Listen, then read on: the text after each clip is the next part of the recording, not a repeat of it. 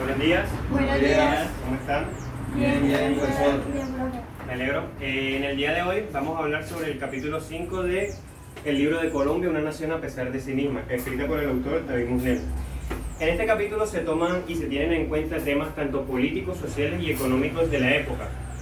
El autor plantea la idea principal desde la Revolución Liberal, que se ejerció desde 1849 hasta 1885.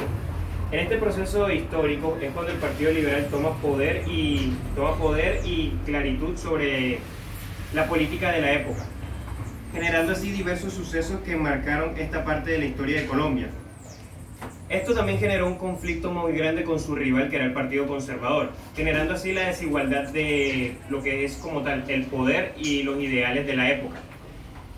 En este contexto histórico, el liberalismo y el partido importó diversos tipos de propuestas, en las cuales estaba el desarrollo agroindustrial y el desarrollo tanto económico centrado en lo que era el campo, generando así un mayor progreso para lo que eran las partes campesinas, algo que no se había visto tanto en lo que era el desarrollo de la época.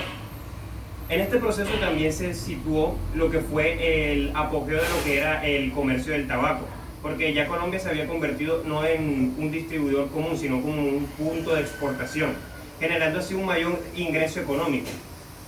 Pero como toda la historia no es tan sencilla, siempre hubo unas disputas, porque el autor plantea que para representar la actuación de los liberales en el poder están sus posturas de no intervencionismo en las situaciones económicas. También se plantea una idea central, que es que durante esta época el Partido Liberal inició la división de la iglesia con la parte social. Yo. ¿Sí? Profesor, ¿y qué impacto tuvo esto en la sociedad y también en la economía del país? Pues esto tuvo un impacto a gran escala muy positivo, porque ya veníamos desde lo que era una postura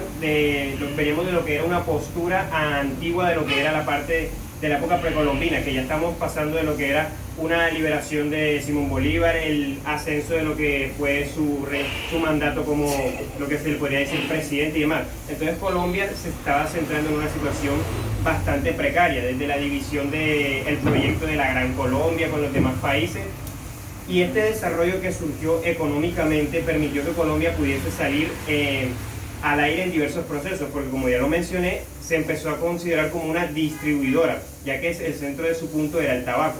No, ya viste lo que te decía. Otro punto fuerte que tuvo el mandato liberal fue la división que tuvo con la iglesia. La iglesia en este momento se separó de lo que era la parte social y política, ya que en ese momento, como bien sabían, la iglesia tenía un altísimo poder social. El autor plantea esta idea en que la iglesia con dos tendencias que marcarían el distanciamiento del pensamiento liberal y del conservador. Este elemento lo plantea tomando como referencia la Constitución de 1853, escrito altamente por federalismo y prodemocrático, pero que a la vez marcó las diferencias ideológicas del liberalismo y el catolicismo. Esto, Profesor, ¿sí? usted hablaba que la iglesia tenía cierto poder en ese tiempo. Entonces, si pongo a mi compañera de ejemplo, si ella la llevo a esa época, ella se trataba de oponer a la iglesia, ¿qué sucedía? Pues en ese entonces, como la iglesia tenía un poder muy remarcado en lo que era la sociedad, se podría considerar un tipo de hereje, porque ya como tal, la iglesia era el punto cúspide y el punto fuerte de toda la sociedad. Al generarse esta división, ya se generó una desigualdad como tal, ya que muchos apoyaban el... Profe, una pregunta. ¿Y usted cree que ahora en la actualidad se ve ese tipo de cosas? ¿Cómo? ¿Usted cree que en la actualidad se ve ese tipo de situaciones? ¿Tipo de situaciones de qué tipo? De la iglesia. Sobre el mandato. Pues como pueden ver, hoy en día la iglesia no tiene un poder tan remarcado como lo tenía antes en la antigüedad, ya que la iglesia era uno de los puntos muy grandes en la sociedad, tomaba decisiones tanto políticas, económicas, como en la parte de la educación. Y este fue uno de los primeros puntos para que la iglesia se fuese dividiendo y bajara su poder en la parte social que hubo aquí en Colombia. Gracias, profe. Siguiendo con esto, el autor marca las principales causas que fueron enmarcadas en el declive que generó el liberalismo, puesto que a pesar de que el liberalismo tenía grandes propuestas que eran como la parte económica, la separación de la iglesia, también la riña contra los liberales y la riña de liberales y conservadores generó un problema masivo en lo que era la parte social, puesto que ya se volvió un conflicto civil, a lo que conocemos comúnmente hoy en día como la Guerra de los 1000 días, que fue el conflicto civil conocido más grande entre liberales y conservadores por las inconformidades que estos tenían, tanto políticas como sociales, generando así un gran desprendimiento social. Siguiendo esta línea, a posterior, el autor muestra la reacción del conservatismo tras el derrumbamiento de la parte liberal. Con un sistema federal, los conservadores evidenciaban el débil papel del Estado liberal para unificar la clase burguesa y reimplantar un régimen autoritario, encabezado por Núñez, quien a fin de la Constitución de 1869 y ya a inicios de 1886, esta Constitución enmarcó como un fuerte régimen centralista y por radicalizar medios como la pena de muerte y la elección de alcaldes por decisión presidencial.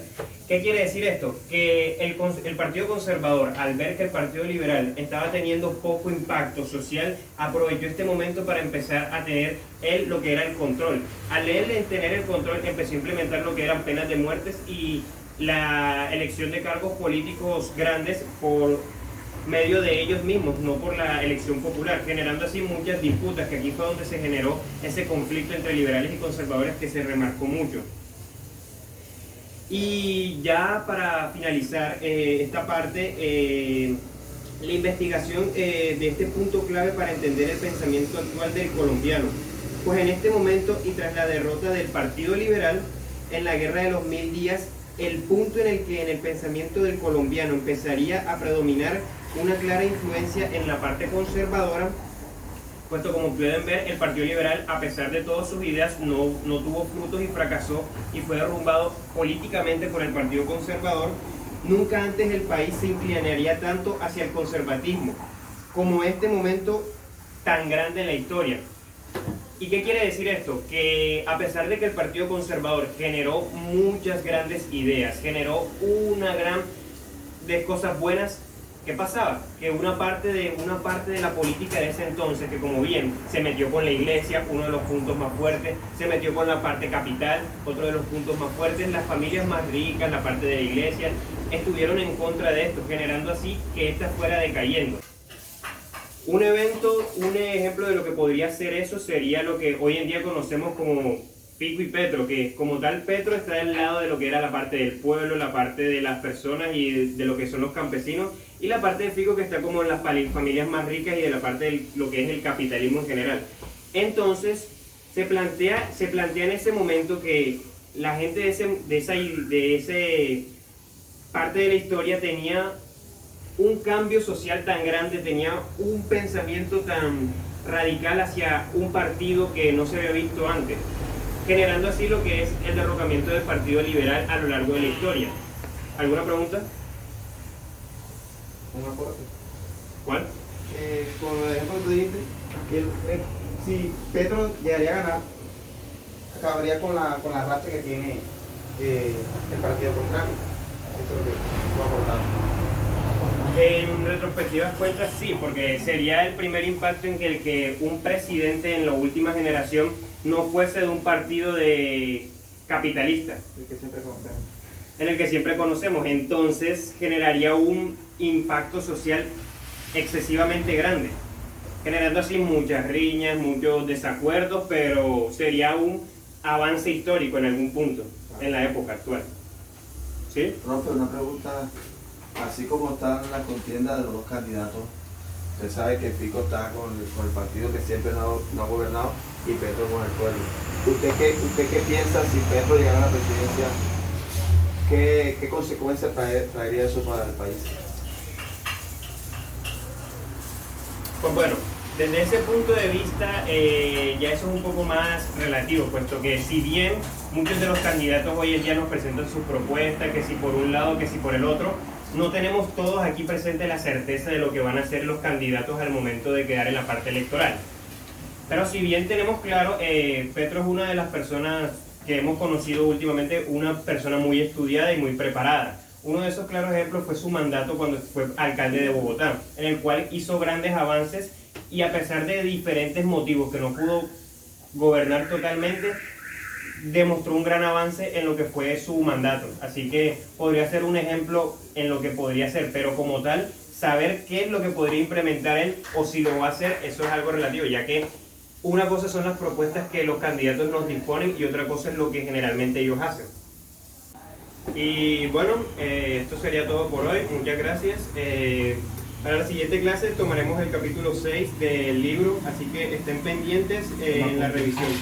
Muchas gracias a todos. Chao, profe. Chao, Gracias, profe. profe. Ahora vemos. Sí, estamos a- Oye.